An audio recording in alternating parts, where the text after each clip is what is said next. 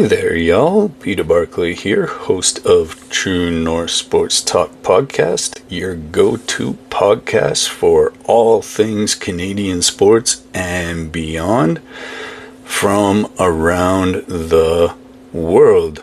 Today being Sunday, happy Sunday. This is the time of the week where we get to dive into the week that was in sports. And we had a bunch of milestones and crowning achievements happen this week.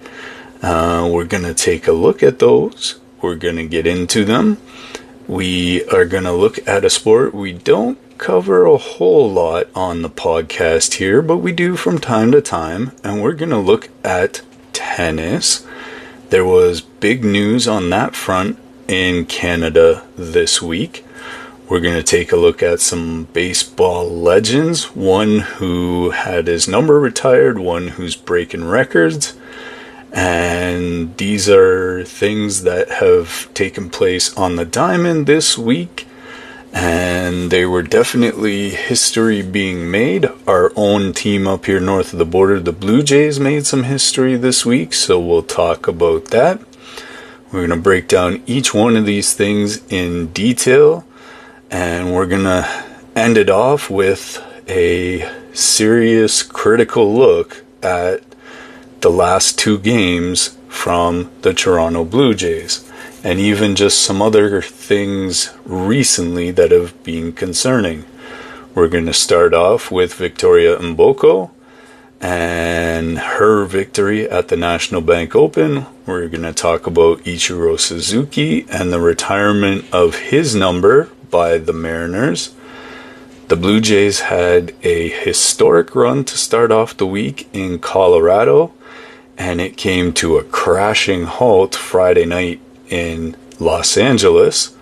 And we're going to talk about Pete Alonso. He's a bit of a New York Mets legend, and he tied, possibly even will pass, a franchise record this weekend. And we're going to wrap it up with, as we mentioned, there's some disappointing things from the last couple games with the Blue Jays. Even starting in Kansas City a little bit. Some left-handed pitching struggles that have been well documented over the past few years. They've really showed up and reared their ugly head. Part of that has to do with George Springer's absence, not entirely. And for Canadian fans, this hits close to home. And Mboko's win in Montreal is a very bright spot for tennis in Canada, specifically on the women's side. And we're Jay's highs and lows that they keep us on the edge of our seats as we tread water above the top of the AL East.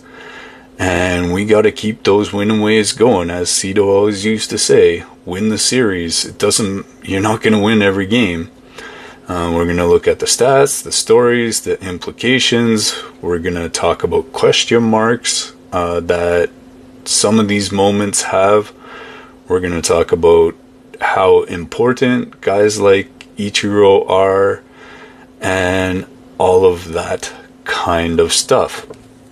So, that being said, this is, as we said, True North Sports Talk Podcast, and we're just looking to dive right in.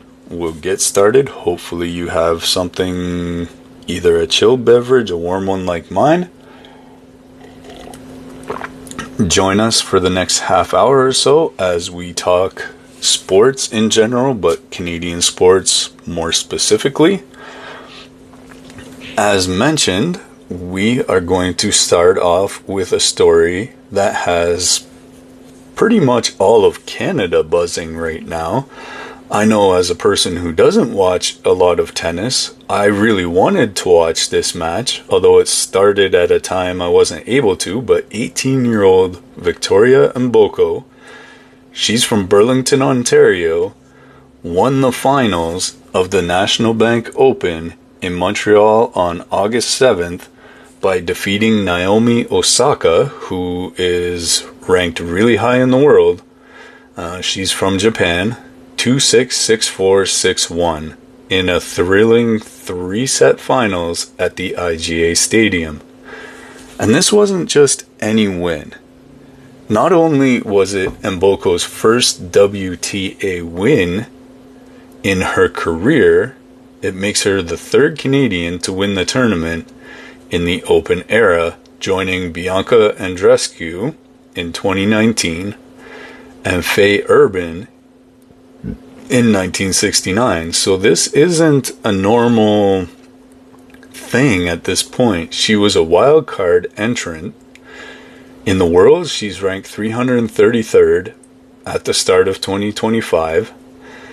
And she has now skyrocketed from 333rd to number 85 after this victory, as per WTA updates. Her path was a bit of a fairy tale. She stunned a 4-time Grand Slam champion in Osaka in the final, and she overcame even losing the first set. As we mentioned, it was 2-6. And she also had a wrist injury and was able to still somehow dominate the deciding 2 sets.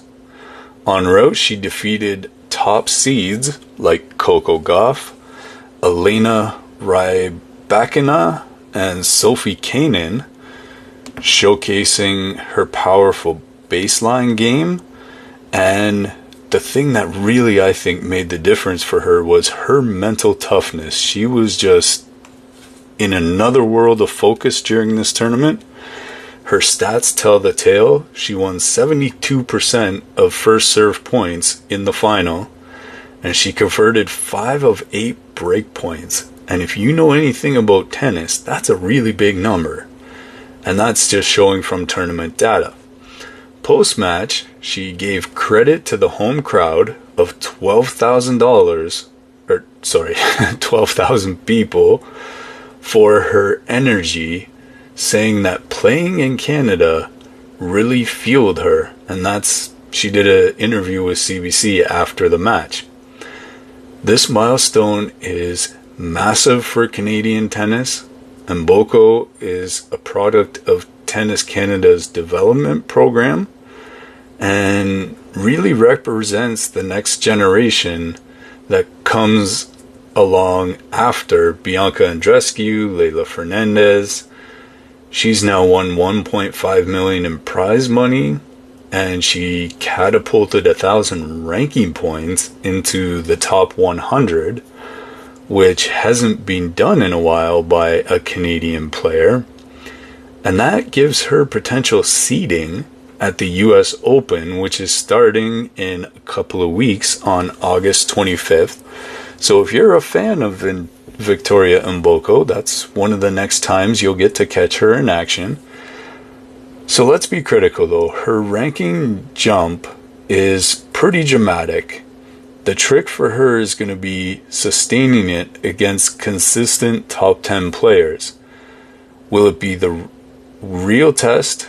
Osaka's rusty form post-maternity return, so she just had a baby, which would explain some of that rust and just not being 100% focused as usual. But still at 18, Mboko's poise under pressure, they scream as a future Grand Slam contender. So US Open, like we say, you're looking at Wimbledon, you're looking at the French Open, all those kind of ones. And they just really show and spark the need that Tennis Canada has for a star of this magnitude.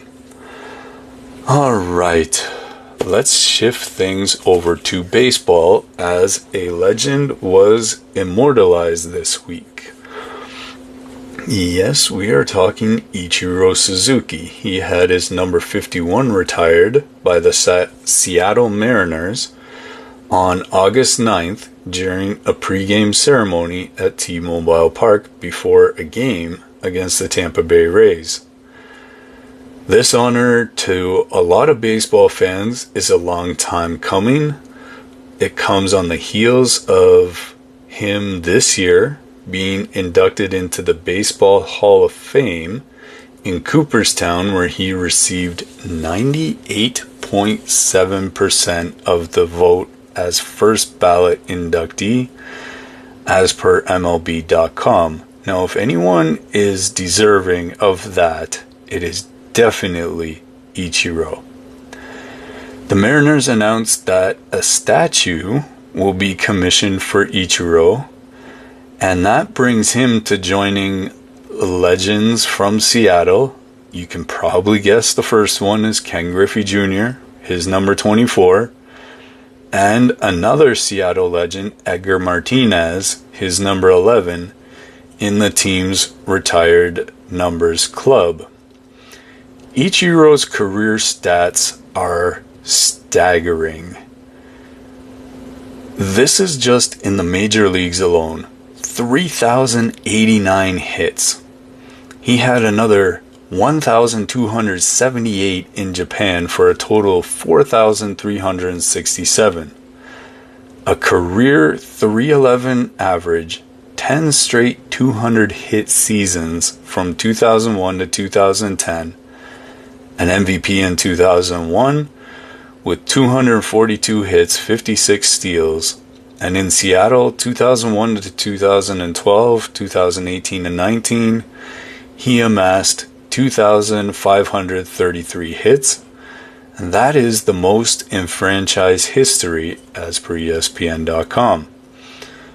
During the ceremony, obviously he was so well liked, tributes poured in from fans, former players, even Randy Johnson, who allowed Ichiro to wear number 51, because if any of y'all remember, that was Randy's number when he joined the team in 2001. Ichiro thanked Randy Johnson in his speech, noting, "This number represents my journey," in his speech, as per Yahoo Sports. This milestone now, that cements Ichiro's legacy as a bridge between Japanese baseball and Major League Baseball. He's the first Japanese-born player with a retired number in Seattle. His post-2010 decline, so he dropped below 300, oddly enough, to 272. That raises questions about longevity, though his defensive wizardry, which got him 10 gold gloves, his speed with 509 steals, they make him a complete icon. His bunting ability too, and just able to hit any ball possible. It was maddening sometimes watching him play. When he came up, he was a feared leadoff hitter. He was a guy that you just are like, whoa, we don't want to face this guy. And I don't think that was relegated just to Blue Jays fans, because I know we all felt it, but that was the entire league. Ichiro was just in a place all his own. His influence, it echoes with players like Vladimir Guerrero Jr., who are able to blend precision at the plate and in the field, but they're still able to have a charismatic flair. So the question is, will we see more international stars start to receive this honor? Closer to home now, we have the Toronto Blue Jays, who made history in a 3-game sweep of the Colorado Rockies from August 4th to the 6th at Coors Field. Oddly enough, that park is seen as a pitcher's park a little bit more, but the Blue Jays were able to pile up 63 hits, the most by any team in a 3-game series in the modern era since 1900. And they scored 45 runs, shattering their franchise record for both categories in a series as per MLB.com and ESPN. The final scores were very lopsided. The first game of the series, the Monday, 15-1. Tuesday, 10-4. And then the next night, on Wednesday, was 20-1. They outscored Colorado 45-6 overall. So that's pretty amazing. I remember leaving work on Wednesday, and it was 10-1. Now, I was going somewhere with some people, and thinking, I'm just going to check and make sure it stayed 10-1. And it was still the 9th inning, and they had boosted it from the, 7th inning when I turned it off at 10-1. They were now up to 20-1. It was just unbelievable. And so there was just a complete explosion from the bats all the way around. Vladdy went 7 for 13. He had 2 homers, 6 RBIs. Bichette added 8 hits, 4 RBIs. He had at least one, if not a couple of home runs. The bench was chipping in. Ernie Clement had a 3-run homer of all people. He scored the only run for the Jays last night. The Jays as a team batted .472 with 24 hits in the finale alone. That included 5 homers. Kevin Gausman dominated with 7 innings on Wednesday of 1-run ball. As per Sportsnet.ca, this beat the previous 3-game hits record of 62 set by in 1936 the Philadelphia Phillies. And this milestone highlights Toronto's offensive depth, but we have to be a little bit down to earth about it. The altitude of 5,280 feet, that helps the Jays average a little bit. And on the road, they haven't been real great this year, so that boosts their average, and it looks a little better. Hopefully, we were hoping to be a confidence boost for the team, sitting at 70 and 50. And that was leading the AL East by 3 games. And for the Canadian fans, it was a reminder that the Blue Jays do have some firepower, echoing a little bit from 1993, saying, you know what, maybe, just maybe. So the question is, can they maintain this against stronger pitching arms? And we're going to get to that a little bit later in the episode when we talk about certain struggles that they've had in the past that are cropping up again a little bit. Now, there's reinforcements on the way. I mean, Andreas Jimenez is working his way back. You're going to have Shane Bieber in the mix as a starting pitcher soon, so that goes well to help out. Unfortunately, we need a George Springer to come back because we're missing his base stealing ability, his on base that he was doing really well with. He's really good against left-handed pitching, which in a little bit we're going to talk about that. They really need someone who can hit left-handed pitching and get the whole team going against that. We don't want to burn him out, but we need that there just to help out, and he can do his veteran thing with some of the guys on the bench in between innings. All right, before we get into all of that, let's talk Pete Alonso. And he basically solidified himself in Mets lore as one of the best hitters the New York Mets have ever seen. On August 9th, he hit his 252nd career home run. He tied Darryl Strawberry's franchise record, set 37 years ago, but that was during a 7-4 loss to the Milwaukee Brewers at American Family Field. So I would think not long from now, he's going to break that record and hold it all on his own. The 29-year-old first baseman launched a second-inning solo shot off Frankie Montas, a 382-foot blast to left center field per MLB and ESPN.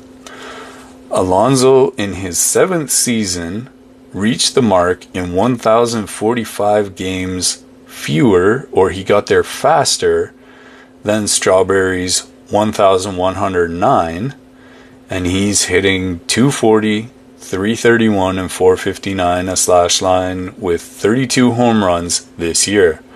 Alonso's power has always been undeniable. He leads active players in home runs since 2019 in his debut, and per StatCast, his 53 rookie homers remain a record. Post-game, he called it surreal, thanking Strawberry, who congratulated him via video, per the New York Post. Critically, though, Alonso's 240 average this year is down from a career 271. Playoff struggles, a 211 average in 2022 Division Series, they raise some doubts among some people about his consistency. As a pending free agent again, this milestone boosts his value, and some people are projecting $200 million over 7 years, per The Athletic. For Canadian fans, Alonso's feat echoes power hitters like a Joey Votto, but the Mets' 62-52 record suggests it's a little bittersweet. And will he break the record before October, or does free agency loom a lot larger for him? Alright, before we get into this last segment, or second to last, I should say, we are now going to have the hard conversation, and we're not looking to sugarcoat this here. That's not something I do if you've followed along throughout our podcast when it comes to the Blue Jays. I'm going to tell you exactly what I see and how I see it. Now, the thing about it is, the tough reality for the Blue Jays, and I've always said we needed more bunting, we needed more base stealing, we need more small ball, and look at their record now that they've started doing that. In Colorado, they got away from that a little bit because they didn't need it. But the last 2 games against the Los Angeles Dodgers, that's been missing. And they really needed to get back to that. It's almost like because of that Colorado series, we were hoping for a reset for the team, get them back confident, get them back encouraged. And the reality was, it actually almost worked the other way. Now, in years past, probably at least 3 or 4 years, if not more than that, I've always said, and a lot of teams, like the Tampa Bay Rays, they would set their rotations so that we would see every single left-handed pitcher they got. They would have 3 lefty starters in a series against us. They would have 4 or 5 of them in the bullpen. Like, they would send guys down and bring up lefties just to face us, because they had identified that that was a weakness for our team. Now, the last 2 nights in Los Angeles land, and we saw it a bit in the Kansas City series, not so much obviously in Colorado, but this left-handed hitting issue has really cropped up again. Now, the question is, does that have to do a bit more with George Springer's absence, because he's really good and helps drive the bus against lefties? But this week, Toronto went 2-4, batting .205 against left-handed hitting, as per Fangraphs, and that's been down almost 50 points on the season as an average. Losses to the Royals, they had 2 of them.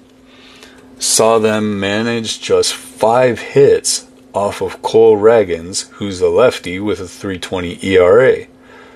That's just not okay. Like, the first game against Kershaw, we had Scherzer going against Kershaw, And that was supposed to be this great pitching matchup, which it was for the first 6 innings. Their stats were almost identical, except that Scherzer had given up a 2-run homer and Kershaw had only given up 1 run.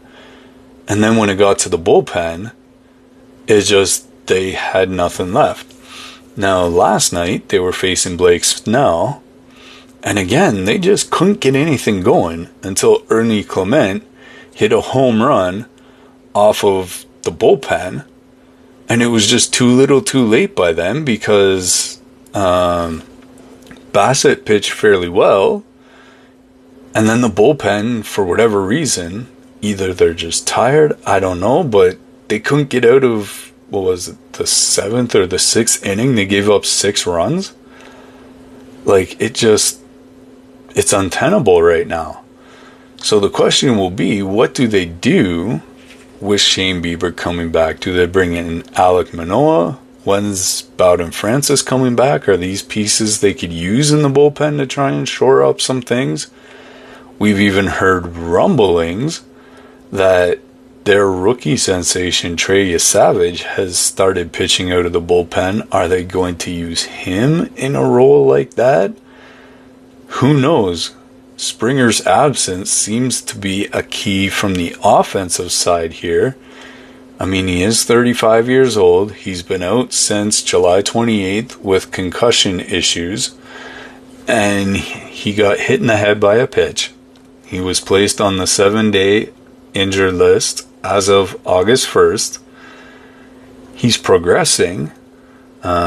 He's doing testing, but he was supposed to have 1, 2, maybe even 3 AAA games under his belt by now. And that just hasn't worked out the way it was supposed to. We're looking at a 308 average from Springer against lefties this year. He's had 13 homers against them. That's a massive loss with him out of the lineup. The lineup without him is hitting just 220 versus left-handed pitchers, and that drops it even further. Bo Bichette, who's hitting 250 versus lefties, Vladdy's hitting 265. They've stepped up as much as they can, but the bench or the rest of the team is only hitting 190 against lefties, so that amplifies the issues that they are having. As we've been saying, this isn't new for Toronto. In 2024, they hit 238 versus left-handed pitching, which was ranked 22nd in the league. Springer's speed, we mentioned that earlier. He's got 16 steals. He plays good defense when he's in the field. He makes good decisions on the base pass. They're looking to try and get him back by Friday, which is August 15th. That could stabilize, but they don't want to overemphasize him to a bad degree. So for Canadian fans, it's frustrating. Yes, we have the record we do. We need the Jays to adjust. And hopefully this isn't a foreshadow of things to come when we get to October baseball. All right, guys. We are getting close to our time for this week. What a week it was. There were plenty of milestones happening in the world of sports. NFL preseason is in full swing for y'all south of the border. Hopefully you're enjoying that. And Mboko's triumph inspired Canadians and Canadian tennis. Ichiro's jersey retirement honoring a legend. The Jays setting records, taking names the way that they always do. Pete Alonso tying Mets history and will soon be breaking that, I will think. We talked about Toronto's left-handed pitching woes, along with Springer's absence. Mboko's wild card run took her up to 85. In the world rankings, Ichiro's 3,089 hits, the Jays' 63 hit barrage, Alonso's 252 home runs, and the 205 slump versus lefties. That paints a picture of some high hurdles And let's see. Mboko's future looks super bright as long as she continues on this trajectory. Ichiro is just a timeless classic. The Jays' offense can be very potent but vulnerable with the absence of a guy like Springer and their left-handed pitching issues. Can they make that up? Hopefully earlier today you would have caught the game around 4 o'clock this afternoon. Hopefully Lauer can pull us out. Mboko's US Open prep has already begun. So join us on Spotify, YouTube, Rumble, even Amazon, wherever you get your podcasts. Let's keep the conversation going using True North Sports Talk hashtag. So, Mboko's win or the Jays record? Let's keep the conversation going. Let me know what you guys think of this week in sports and the milestones that were accomplished.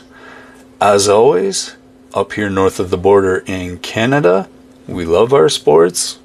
All these milestones are great things. Keep on going, Victoria. You're an amazing young woman. As a country, we love you. And the Blue Jays, as always, we love the record. We love that you're sitting in first place. But we need you to clean up the strikeout rate a little bit lately. And we need you to fix what you have going on against left-handed pitching. All right, guys. That's our show for today. Hope you enjoyed it. Make sure you tune in to the Week in Sports and check back for your daily 3-minute drill with our channel. And we'll see you guys next time.